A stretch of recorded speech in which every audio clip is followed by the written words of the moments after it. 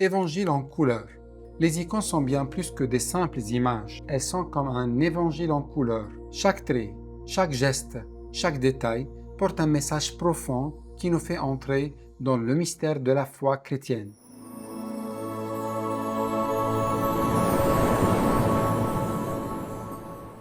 Au nom du Père, du Fils et du Saint-Esprit, un seul Dieu. Amen.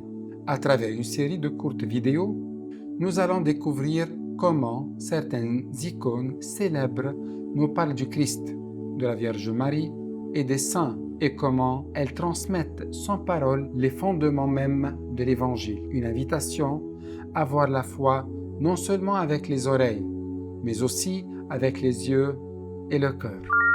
Dès les premiers siècles, l'icône s'est imposée comme un langage universel de la foi, aussi bien en Orient qu'en Occident.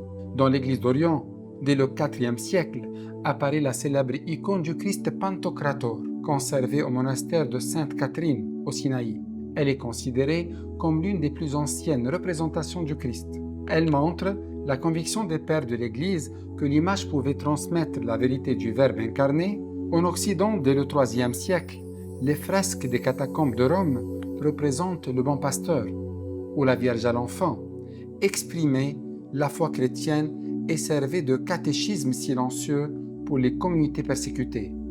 En Occident, ce rôle catéchétique et théologique de l'icône fut confirmé solennellement par le Second Concile de Nicée, 787, qui proclama la vénération des saintes images, en affirmant que l'honneur rendu à l'icône remonte au modèle qu'elle représente. Ainsi, que ce soit en Orient byzantin, où l'icône était appelée évangile en couleur, ou en Occident latin, où l'image accompagnait la liturgie et l'évangélisation. L'icône est devenue un moyen privilégié pour transmettre la foi chrétienne.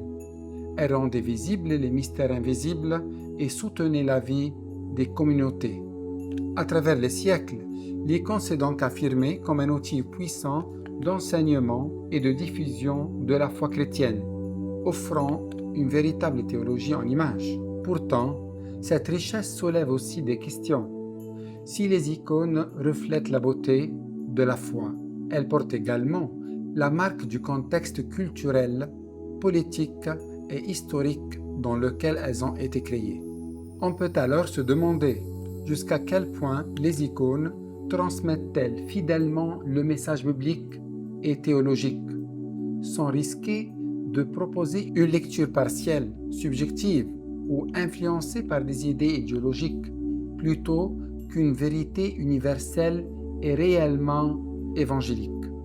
Pour répondre à cette question, nous allons examiner quelques icônes célèbres et chercher à comprendre les messages qu'elles véhiculent et analyser leur rôle dans la formation et la transmission de la foi chrétienne.